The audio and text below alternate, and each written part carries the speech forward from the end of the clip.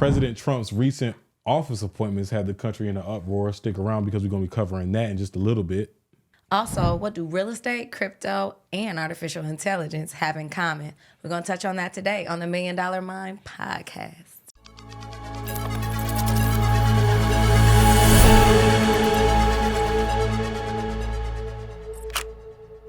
I mean, let's just dive right into the story though, Jazz, because I mean, you just came back from California a couple times. You've been going back and forth with your real estate portfolio, and you told me you was making a big move because you was kind of like offloading a lot of your portfolio. Let's like talk about that because I feel like we haven't really caught up on what you've been doing. Yeah, I have made a couple executive choices in my life. If nobody knew, I mean, you know, I've been doing real estate since I was 20 years old. And it's been an amazing journey. From buying, fixing, flipping, holding, selling. I mean, property management for years. That can wear you out. Yeah. And just right now in my life, after becoming a mother, understanding a lot about business, especially after, you know, coming out to Georgia and fixing and flipping another state. I chose to say, hey, what can I do that's going to better me as a businesswoman? How can I now take all of this knowledge that I've learned executing all these things and really focus again? And so I said, hey, I'm going to sell majority of all my assets. And I did. So I went to California, sold that last duplex. Oh, I didn't sell everything, but sold that last duplex, sold the stuff here in Georgia that I was short-term renting. Do still have one on the market. So if anybody's interested, hey, hit me up. Yeah. That's a single family home. It could be an investment property here in Georgia, all that. Just hit me up. Anywho, did that stuff. It's been a journey, you know, from the 1031 to bidding on 7 units. It's just been a big transition. So now it was Calhoun and it was what, Laurel? It was Calhoun, Laurel, Elizabeth. Actually, the one that I bid on was actually right down the street from here. It's on the same. Yeah, that's the one that's still on the market, not Calhoun. No, that's the 7 unit that I went and bid on, did all the underwriting for the 1031 exchange from the sale of the California property. Everybody knows, if you don't know, right? 1031 exchange are used to not to have to pay capital gains. Yeah. On the sale. It's basically just taking the profits of one asset to transfer it to purchase a new asset. Right. Purchase a new asset or 3. Right. You can purchase up to 3. Yeah. Yeah. Okay. That's pretty solid. And so. Like for like, of course. Like for like. Like for like. Like for like. Yeah. Okay. And now with Calhoun, just a little bit, because you said like it was just an experience. We learned a lot from it. Calhoun was one experience where it was like we went from short-term rentals in one aspect to like, because that was an Airbnb at one point, and then our listeners don't know, but at one point we tried to make that the studio. Correct. And we tried that out. Like, what do you feel like was the biggest thing you've learned from just that experience of Calhoun? Because I feel like I learned a lot, but on a different side of the thing. You know, you as the owner of the property, what did you learn? You know, it's not just about going into things because you want to be partners, right? It's more so when I say, hey, when you're picking somebody to do certain things with, make sure it has some type of proven talent in that area. Because even though I may be experienced in business and you may be experienced in business, and we're not going to allow one business, you know, endeavor to crush everything that we have going on.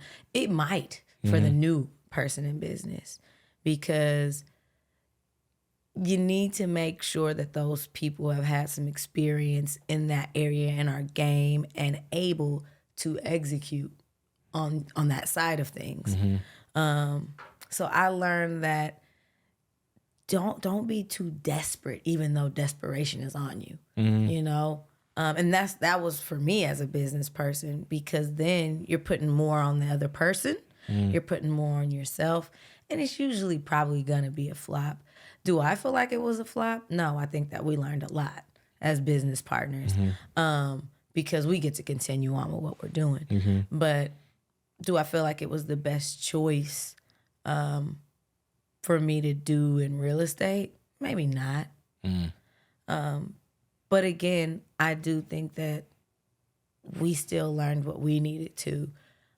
So I don't feel like it was a negative at all. Yeah, no, yeah, I would definitely say we learned a lot. It was, I wouldn't call it a flop either. And I think that's a big thing is just in business, you're going to have things go your way and you're going to have things go way left from what you expected. And at the end of the day, it's not necessarily like a flop or a failure. It's just an opportunity to see, like, even if you have to sell or even if you have to stop doing something, that don't mean you failed. Correct. It just means like, this is what I had to do to be able to fight another day. You know, not necessarily like, oh, I'm a failure at business. No. I think when you're a failure in business is the difference of keep going and not. Correct. When you choose to do nothing, and we chose to do something, right?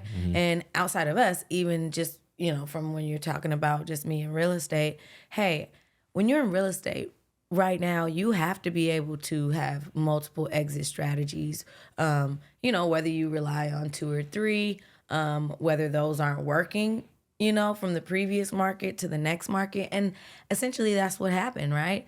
I got to exercise my exit strategy abilities.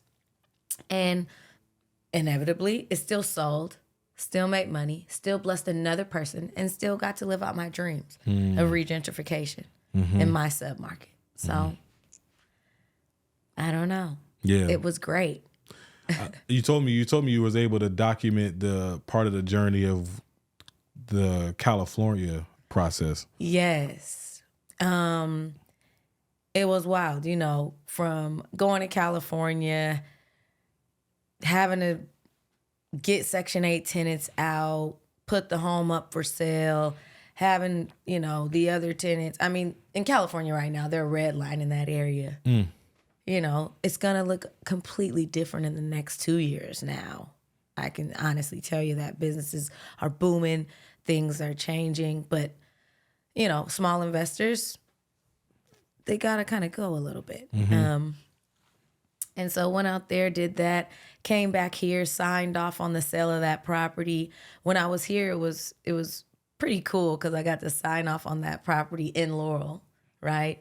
And I met up with this loan signer. This loan signing agent that just finishes your loan essentially, right? And she said, Jasmine, I haven't seen but 2 people of color, meaning that are brown people, in my 30 years of loan signing, do what you're doing. And I said, what? You know, like, to me, that's wild because when I came here from California, I just knew that because we had more infrastructure of education here in Atlanta, Georgia, that there would be more people doing what I was doing, you know? But what I learned is that God gave me a gift. God gave me a gift as an executor, as a person that was willing to go and just be fearless. You know, but poised in it. You know, I'm not like some big millionaire or anything, but I am a person that has a lot of knowledge because I went and executed a lot of the things that it takes to win in real estate.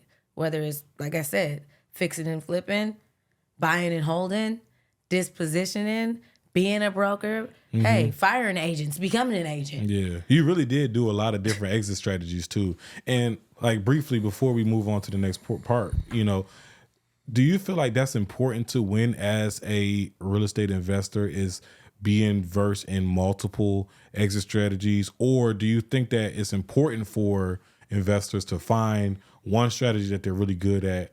And like for me, as a videographer and as a filmmaker and producer and stuff like that, I've learned that I can't accept every video project. And, you know, I used to do weddings and I used to do music videos and I do podcasts and short films and documentaries and stuff. And I'm learning along the way, like, I'm not doing no more weddings. I get it. It's more headache for me to do a wedding than it is for me to just stick in the lane that I'm more passionate about and only accept projects like that. So on the flip side, as a real estate investor, do you feel like other investors should have that mindset, or is it best to be more well versed in other exit strategies? Because you've done them all. You've done a whole bunch of different strategies. I have. This is my take on it. I think that you need to be knowledgeable about the niche that you're in. but you need to be focused on the strategy that you're executing in Elaborate. order to be successful. Okay. If you're all over the place, it's not good in any business or for anyone. This is definitely, right, 16 years of experience and trying out different things. I wasn't just doing this in some short period of time. I mean, I did do a lot of those things in 4 years from coming from California to here. Okay. But of course, all of that wasn't done in a short period. So yeah, I would just say be focused for sure in your strategy. You can have one or two, but be an expert in that.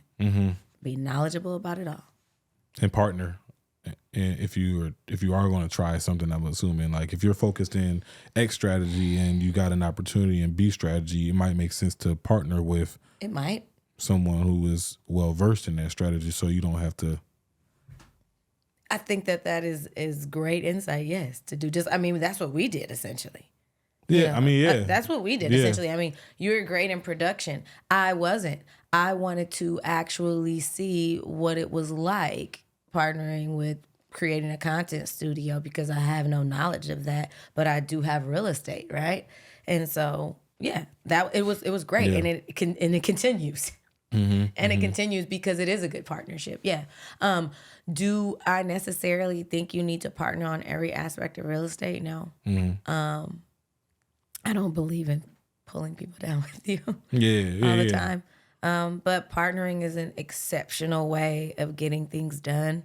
And honestly, it creates less risk if you have two motivated parties. Yeah, that's a good point. All right, well, I mean, shoot, can we see the process? Like, you documented, you took videos? So yeah, I mean, like, I have pictures, videos, contracts. I have the video of. Can we see some video? Right now? Yeah, let's pull it up. Oh, Jesus.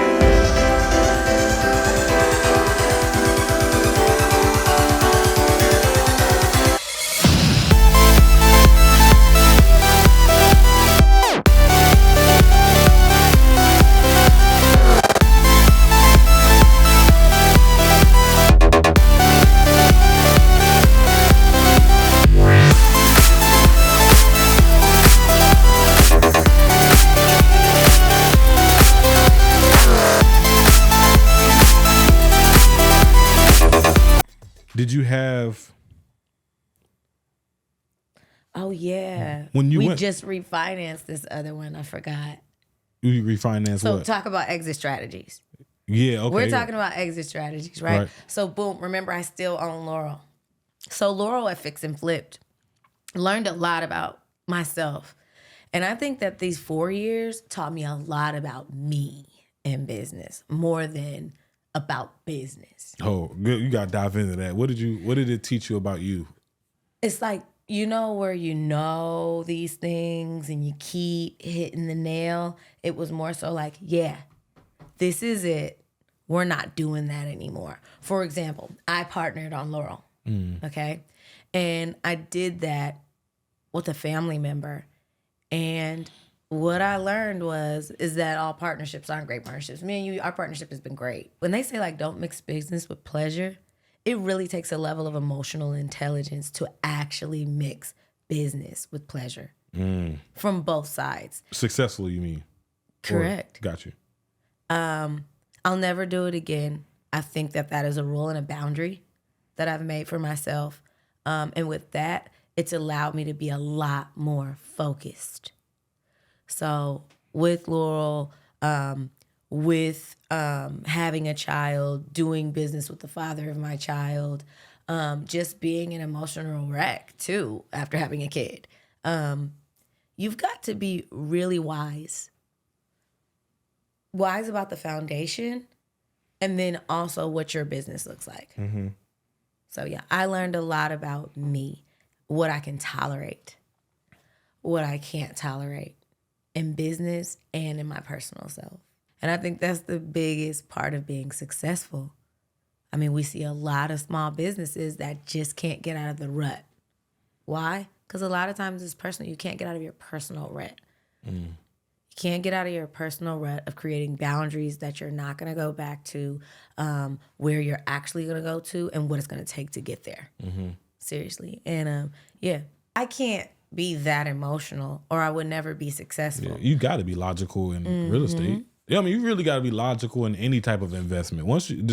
As soon as you get emotional in any investment, you start to lose. You have to be able to spearhead things when you know that you're the logical one and get it done. And right now, I honestly think that will probably be off the market in the next 30 days. Yep, contracts are rolling in, so. Nice. Yep. Nice. Congrats on that. Well, y'all know what that means. That means it is time for us to transition into $1 Million Insights. This is going to be a new segment. It's a new segment that we introduced into the show. Jazz and I got 30 seconds each. We got 10 topics, 10 things that are going across the internet in ways. And it's like making people think twice about whatever we talking about, right? And we got 30 seconds to kind of give our insights and give our input, give some advice so that we can help the next person. All right, we're going to start the clock. 30 seconds. Boom. Kai going first. I'm going first? It don't matter. We can go. Kai go first. I go first. Kai go first. All right, I'll go first. All right. 30 seconds. We'll alternate. Yeah, and we'll alternate. All right, so we got the list pulled up on the screen. Start the clock going now. All right, we got Reimagine Green Real Estate. For me, I look at green real estate totally different, which is why I started off saying reimagine. I think a lot of people talk about adding trees to buildings and stuff like that. I look at green real estate as digital real estate. Like, we are in the digital and the technological era right now. So buying YouTube pages, buying Instagram theme pages is definitely a way that we should be looking and reimagining what green real estate look like. Oh, I'm right on the head with that 30 seconds. Come on now. No, that shit crazy because I totally agree. All right. So green real estate. Green real estate. So my idea of green real estate is definitely right. Hydroponics, solar, vertical vegetation, just having all those, access to the basic necessities that a person in human life needs to actually operate. But I mean, shit, what can we do? When this dude just told me that I could have basically an estate, right, and make money and equity in a damn YouTube page. The YouTube page. All right, boom or bust. Real estate 2025. Hold on. Do you You're gonna have to do it again. No, I'm gonna say boom or bust. Real estate 2025. You got more experience in real estate than me. We just gonna call spade a spade. But for me, Jazz, I'm gonna always say that real estate is boom. Is always going to be boom real estate, because even when you look at prices being high, it just means getting where you fit in. That means buy as low as you can. Sometimes your needs might need to change. You might have to find a fixing, like a project that you got to put some work into, some sweat equity. But that's it. We can't be afraid of the work. Real estate in 2025. I think it's going to be a boom. All right. Period. I think, it's going to be a boom. Why? Yeah. Why is it going to be a boom? It's going to be a boom because we've already done the bust part. So now people have literally gotten their footing together. Some of the guys that weren't making it in 2024, they're out. Some of the regular guys that are what they would have sustained, think outside the box, we're in. And our gravel's together. So I'm ready to see what the boom's going to look like. Boom. Okay. We got two booms. AI and marketing. AI and marketing. I'm going to say this. We as humans, when relying on AI, we have to learn how to trust but verify. The 80-20 rule. AI is designed to take us 80% of the way, yes, but that 20% is all you. You have to learn prompting. Prompting is going to be a big thing now. The more we use AI, we're going to have to learn how to professionally and accurately prompt AI to do what we want to do, and that's where that 20% comes in. All right. AI. Do I like it? Hell no. I'll be honest with you. I think that it is definitely something that we're just going to have to accept. It helps us a lot. We're getting way more accurate numbers. We're getting way more time on our hands to do things. If you haven't been doing it, you need to be doing it. It's something that you need to incorporate in every business, systems. It is what it is. Definitely, I hope that us as humans still play a part in it. Okay. Rich off social media ads. Can you get rich off social media ads? I feel like it is possible, but you have to first focus on not the ad, but the offer. We just got to learn how to create irresistible offers. If we have irresistible offers, now you have an ATM that you've built, and those ads is just like putting an ATM on every corner where people walk. And so that's what I feel about being rich off social media. And that's how people are going to consistently get rich off social media, specifically ads. All right. Say it again. You got to say it again in between. Yeah, rich off social media ads. Rich off social media ads. I got 18-year-olds right now making $2K on social media ads. So, I mean, if 18-year-olds can make $2,000 a month off social media ads, like I said, like you said, in a sense, right? It's just finding out what that target audience is and who's going to be the consumer of it. But I think that people understand people on the ultimate high right now. So, if you're focused, yeah. Rich off social media ads. All right. Time is running out. All right. Are REITs worth it? I personally have not invested in a REIT, but I mean, with like any investing, I guess I would just start off by saying you buy low, you sell high. If you buy low, sell high. Even if you aren't familiar with something, you limit the risk. Yeah. And at the end of the day, investment is just about limiting risk. Yeah. And I limit risk with anything I go into, whether I have a ton of knowledge or I don't. Buy low, sell high. Got it. REITs. Go ahead, you good. REITs, I think that they're worth it. I think that you need to study any stock or any investments prospectus, period, what it's invested in, who's the treasury, where things are going. But REITs, it's an easy way to invest in real estate and have less risk. Why not? What makes it easier? Like, it's essentially just investing in an accumulated fund. You're like indexes and stuff like that, right? ETF, exchange traded funds. REITs, like I said, they're an awesome way to just invest in real estate without having to do all this work or things like that. You just believe in real estate. You believe in these companies. You believe what they're doing, and they're all coupled together. So hey, you're hedging your funds and you're hedging your little money. All right, crypto comeback. Is crypto making a comeback? Man, I believe it is. It's definitely making a comeback. And man, don't even get me started with the crypto. I may or may not have a story to share with y'all about my crypto story. He does have a story to share. Yeah, maybe next episode we'll share that story. But yeah, crypto is definitely making a comeback. I mean, but I will stick to the ones that have a little like. I know people just be creating like crypto, like you had the Dogecoin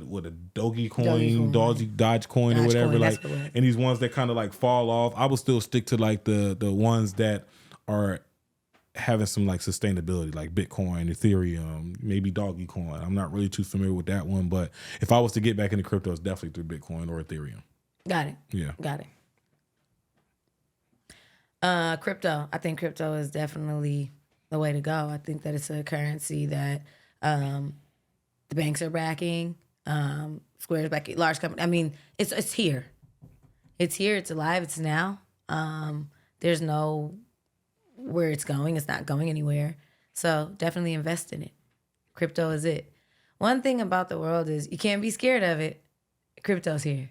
Make sure you're investing in it. But like you said, Bitcoin, do trusted companies. And that's just it. Yeah. You got to study anything you're going to put your money into. Don't just go with the masses. Study. Make sure that you have some form of knowledge of what you're doing and where you're going to put your money. That helps with the 50-50 chance, right? Yeah. Come on, let's make it 60-40. Boom. Study. All right. 100K side hustles. All right. I'm going to start with this, right? I don't know who's watching this, but if you're watching this and you're trying to start a 100K side hustle, the first thing I'm going to say is don't quit that job. It's called a side hustle for a reason. It's okay to be an entrepreneur and have side hustles and be working a job. Keep that job as long as it serves you, though, and be intentional about the jobs that you put yourself in, right? Don't just go get a job at McDonald's that may not suit you, right? That could be taking a lot of your time, but put yourself in an environment that is going to give you what you need to sustain and successfully run your business. Don't quit that job. 100K side hustles on you. All right, 100K side hustles. I think you need to figure out what you love. Definitely don't quit your day job. Just like I said, you have to have foundation, right? You have to have sustainability in the system that you're in. But find out what you love. Focus on it. Figure out a plan. Figure out how you can optimize it, how you can share it with the world, right? A lot of times when you figure out what you love and how to share it and then capitalize off of it, you can make more money than $100,000 because you love it. You love it. And so you're not selling anything. A lot of times people buy into you anyway. Speaking of, with that takes us to the next one. Influencer marketing. I would say use influencer marketing because all that is just leverage. You said people that you know. Sometimes the people you know have direct access to the people you need to sell to. So they're influencers in some way. Influencer marketing is just about figuring out who has my money. Darius said this in one episode. Who has my money? This person has my money. They are an influence because they know exactly who has my money. I'm going to take my business and I'm going to partner with them so that I can get to that bag. I agree.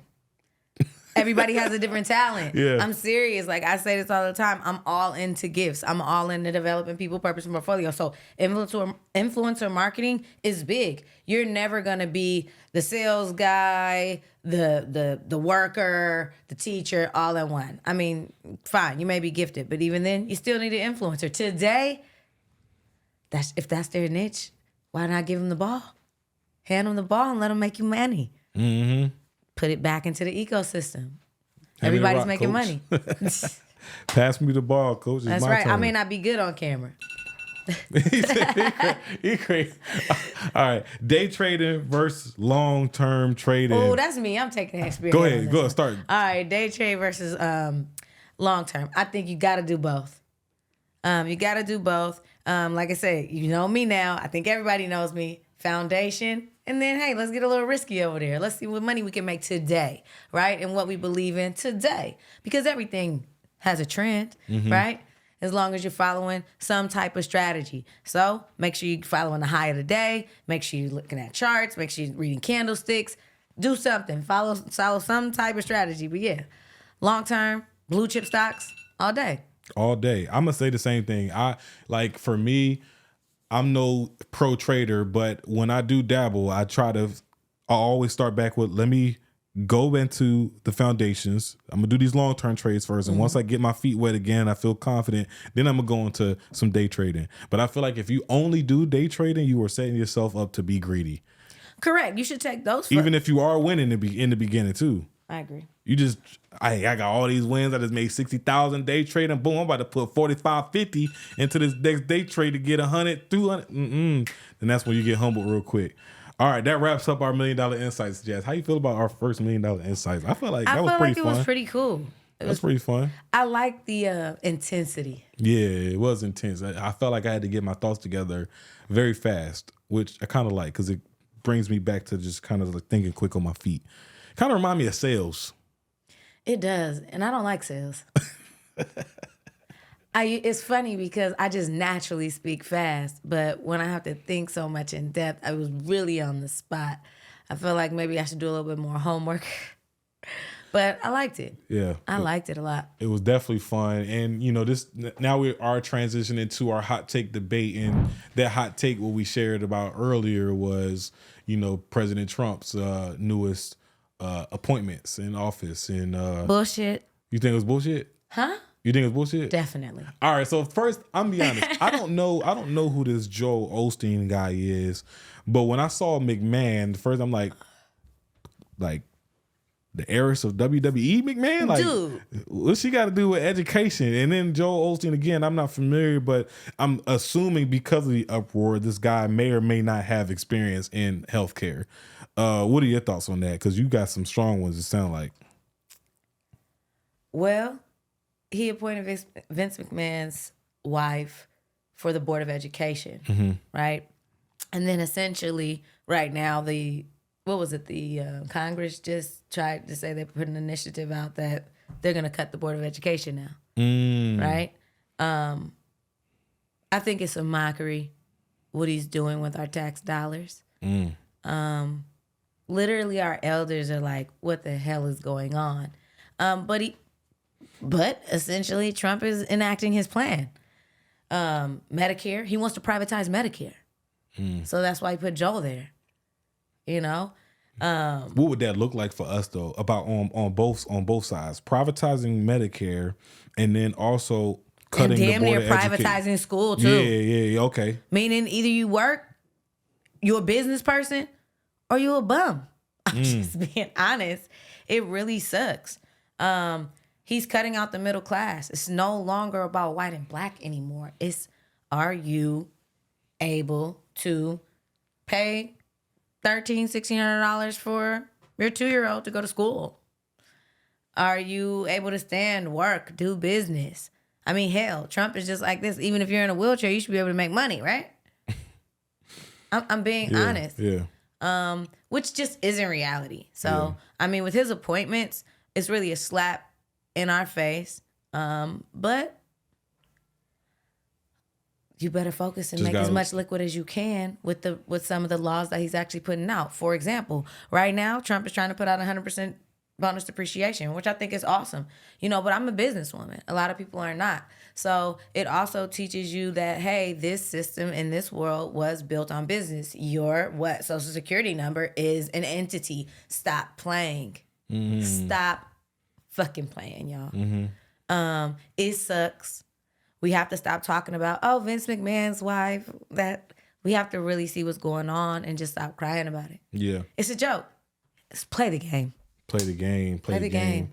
Yeah, and it's like also another thing is even before him though, like it's always been like tough for the middle class. Like there have always been initiatives that either extremely benefited the upper class, and then there's been things that benefited poor folks. Voucher programs, right? Like like welfare and all that other stuff. And it's like the people that are in the middle get kind of forgotten because wow, I just made too much to not be able to afford food. But guess what? I still can barely afford food anyway because everything else is going up. Yeah, influx. Yeah, so it's like it's always been like that. And so to your point, we do have to stop playing and we do have to look at things differently from the lens of business owners, because at the end of the day, your social is a EIN number essentially. Your house is a brick and mortar, and so you need you have a household. Run the household like a business. Kai just told us that buying a damn social media page is real estate. Yeah. Come on, this is where it's going. Yeah. This and is so what you it can is. you can be in a wheelchair and you can still get make to a money. bag. Yeah. Yes. So in a sense, with that being said, I have a question for you. Is Trump all that bad? I don't think so. Without he's shifting the mindset. Yeah, I don't think so. Do I agree with everything the man says? No. Am I the type of person though that is going to go off of things I don't like about him and not even hear what he has to say or like plans or at least knowledge, like put myself in a position to be more knowledgeable on what he's trying to do. A lot of our family members, like I even know for my family members, like a lot of us just hear his name and we automatically shut off. And now that puts us in a position where we're not even knowledgeable on he president. At the end of the day, we can't change that, right? What is he going to do? How does that affect us? And I have to put myself in a position and my family in a position to be knowledgeable on how to play the game for the next 4 years and why he's here. Right. But I can't do that if I've shut off because emotionally I don't like this person. You got it. Get the emotions out of what system you're in. You're on it. And that's why it's like, make sure that you're structured appropriately. Make sure that you understand depreciation. Make sure that you understand taxation. Make sure that you understand all the pillars that our actual system is based upon and what we actually pay into every year, what's changing in the law every year in taxes. I mean, if you haven't been paying attention, this shit is going to force you to. So what does this look like? These appointments, what does that look like over the next 4 years for us? Is it a big game changer? Is this going to really affect most of us in a huge way, or is this just something that is just to get people's panties in the bunch, and we're probably not going to see the effects of this? I definitely think that it's going to change it immensely. If you just saw United Healthcare owner just got shot and killed. Now, you think that was an inside job? I think that was an inside job. That is my opinion. Just like how the bullet had something written on it talking about like basically somebody didn't get something. Bullshit. You know how many people didn't get nothing? I got guys right now that they got refunded $900K in their business, then $700K the next year, and then the next year was like a piece of paper. Ain't nobody killed this nigga yet. So now he's dead all of a sudden when the Board of Education, Medicare wants to be privatized, and then there's this sorry, conspiracy theorists, my ass. Like, we've been dealing with this shit forever. Yeah. That shit was an inside job. I don't know if it was an inside job, though. I don't know if it was an inside job for the fact that... For him to just easily get just pop like that. Yeah, but if it was an inside job, I don't see somebody doing that in broad daylight and riding off on a bicycle. I do, however, see somebody doing that who is angry, right? Now, like somebody who like relative might have just recently like passed away, you know, and they like, man, like that's irrational. Irrational people do stuff like that. I feel like somebody was angry at this dude and they just knew he was going to be there and they just took matters in their own hands. That stuff like that happens too. That's exactly what I just said, meaning, do you know how many angry people? When I was saying inside job, so when you said inside job, I thought you were saying like this was like somebody in the company and it was like a hit type of thing. No, I think that it's the government. I think that it's for the goal of what's happening. It's too... How did the guy from United Healthcare? We trying to privatize Medicare. We're trying to take out basically like me and your kid can't go to a public school and get a fair education. You get what I'm saying? Yeah. So you think it was the government? Come on, I think it was the average Joe though. I think it was the average Joe. I don't think it was the average Joe. The average Joe would have been killed that person. We've been suffering and not getting what we needed from healthcare, and healthcare has been against us. Now, with what's happening and the transition and the people that need people out of place and need to move people in place, yeah, I think that. Okay, so you think it's really an inside job? Definitely. Our political system is a freaking mockery right now. Big people are it's going down if you see it. You think something like this is going to happen again? It's a big thing happen. We're learning about powers that be right now. And even the president is in the powers that be, if you can't see that. That's why he's lining up with certain special artificial intelligence. Because... You're going to be talking about that next episode, too. Yeah, like this is some real stuff that a lot of us don't want to accept. I mean, it goes all the way back from the Bibles with beasts. Okay? Come on. Like, it is what it is. Like, extraterrestrial things. Like, call me crazy if y'all want to. I'm just not in a box.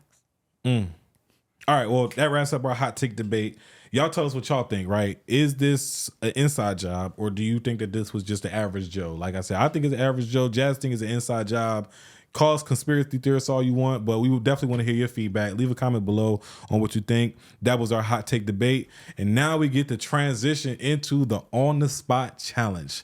We got callers calling in. We got an on-the-spot challenge. And the question of the day They're not ready for this one, Kai. The question of the day is 60-second millionaire. What are you doing to become a millionaire? You got 60 seconds. Phone lines is opening up. Let's get to it. All right. I guess I would invent something. Invent something? Yes. Okay. All right. You ain't got to tell us what you're going to invent, but tell us how you're going to get it off the ground and to make $1 million off of it, so we can protect your patent. We ain't gonna. Don't tell us what you're going to invent. Well, yeah. If I knew all that other stuff, I'd have it done already. That's true. That's true too. It's for children, but it's not like a fun thing. It's equipment for children. Okay. I mean, I feel like you gave us enough there. You don't got to say too much, Mom Dukes, but I appreciate you taking your time out to talk to us. Okay. Well, I appreciate the call. All right. Appreciate you. Bye-bye. Okay, so she said she want to invent something for the youth, but it's not fun. It's helpful. It's helpful. I think so. One thing for sure is, I'm gonna be honest with you. I think that babies are always gonna sell, and I think something being helpful, because at the end of the day, it's too many broken homes, and it's just hard being a mother and trying to pursue your damn dreams and parent. Period. I feel like it's gonna be some tech though. My mom's a tech geek. Yeah, I for feel like it's gonna be sure. some tech like It's gotta have some type of AI in it. some type of tech that is for kids but not fun. I don't know. I don't even want to get too many ideas, so I don't want to step on no toes. I think it's helpful. That's just what I think, just because like literally that's where her life is right now. She's fucking helping me as a parent. I got you. Okay. But anywho. All right. We putting you on the spot, bro. You got 60 seconds to tell us how you plan on. All right, go ahead. All right. You're being recorded too. You got 60 seconds to tell us how you're going to make $1 million in 2025. How I made $1 million in 2025. Man. Shit, that's a good ass damn question, bro.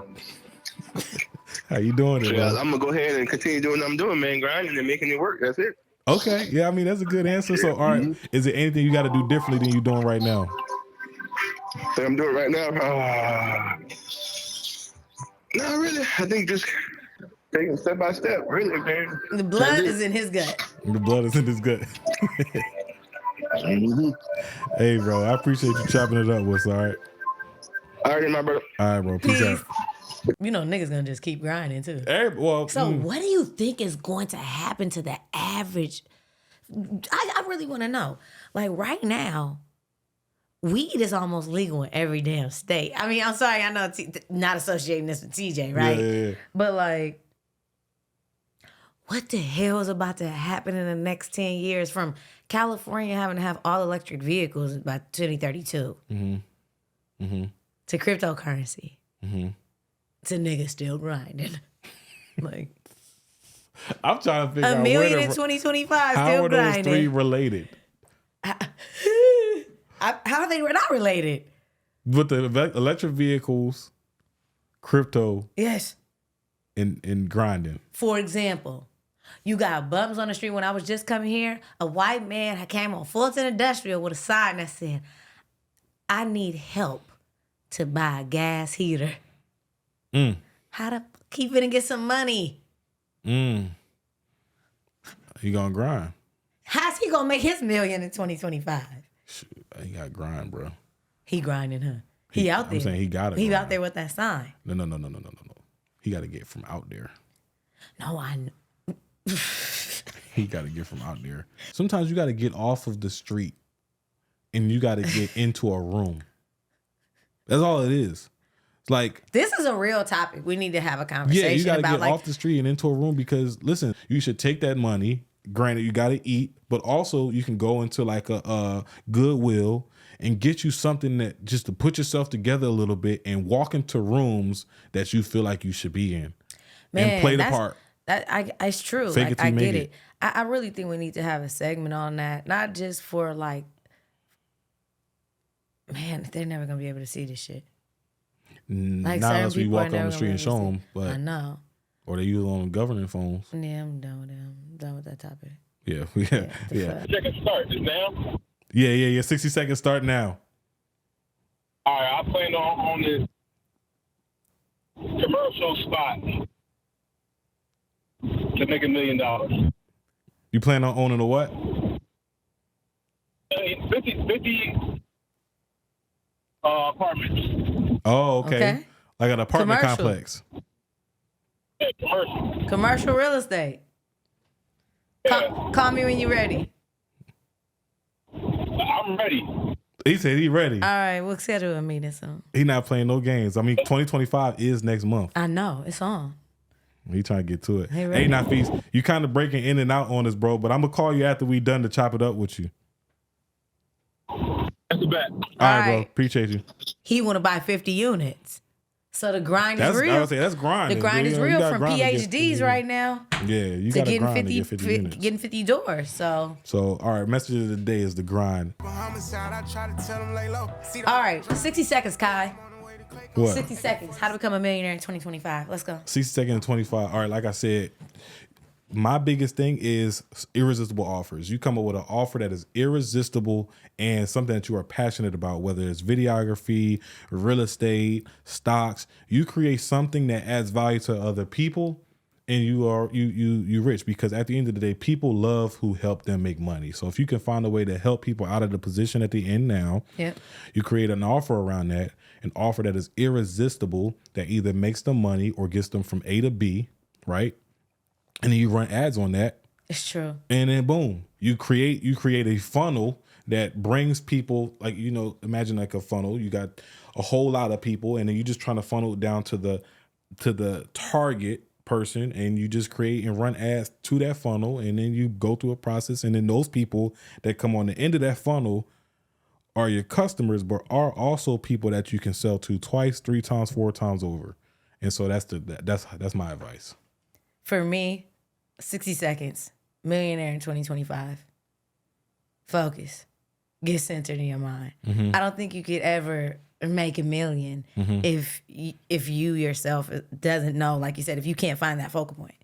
If you can't find that focal point to sell, to actually funnel people through. So I think the $1 million mindset, you know what I mean? You got to make sure that your mind is ready and equipped to actually focus on what it is. Go ahead, patronize the people that can get you there. You've got to be able to know and be willing to take the steps to get there. I think anybody can become a millionaire. Anybody.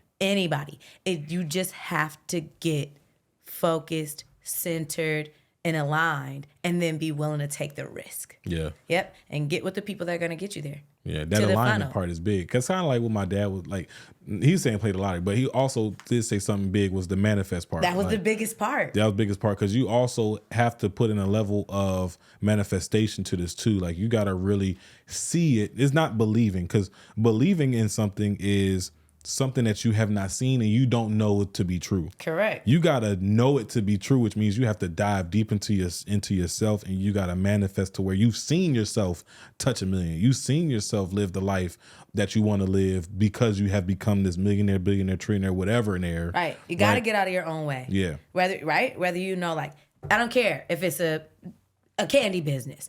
I don't care if it's, hey, consulting. I don't care if it's masonry, roofing, and you're going around door knocking or marketing online. The point is like, you have to get out of your own way. Okay? So whatever is not working, it's not working. Yeah. Okay? And you got to get to the area and place of saying, okay, this isn't working. What's going to work? And being able to go and say, I'm willing to take those steps in an organized fashion, not to make sure you get set back again. Hey, but millionaires, I want y'all to tap in with us and tell us what y'all enjoyed most about this episode. We are trying something new. I really like this format that Jazz and I are doing. You know, give us an idea of a segment that you would like us to introduce. And also, if you want to call in and be or not call in, but if you want us to call you for the next on the spot challenge, or for a on the spot challenge in the future, we're going to find some way to capture that data. We still trying it out, but eventually we're going to have a system in place for you to kind of put in your information, schedule yourself, and we're going to call you for the on the spot challenge. But guess what? It ain't on the spot if we tell you what it is. So it's still going to be a surprise. You never know what that question of the day is, but it's going to be a whole lot of fun. I can't wait to get y'all involved. Jazz, let's wrap this episode up. What you got some last thoughts for us? Man, nothing too much. I just am grateful to be back here, you know, giving the audience what they need, what they want. Tap in with us, whether it's, you know, business structure, resources, things like that. We don't just do this here for fun, but we do this here for information, empowering you and empowering our audience. Tell somebody about us, like, share. Subscribe. It's the $1 Million Mind Podcast. Let's get it. Tap in. I'm your guy, Kai Speaks. You just heard from Heavy Out Jazz. We out. We out. Boom.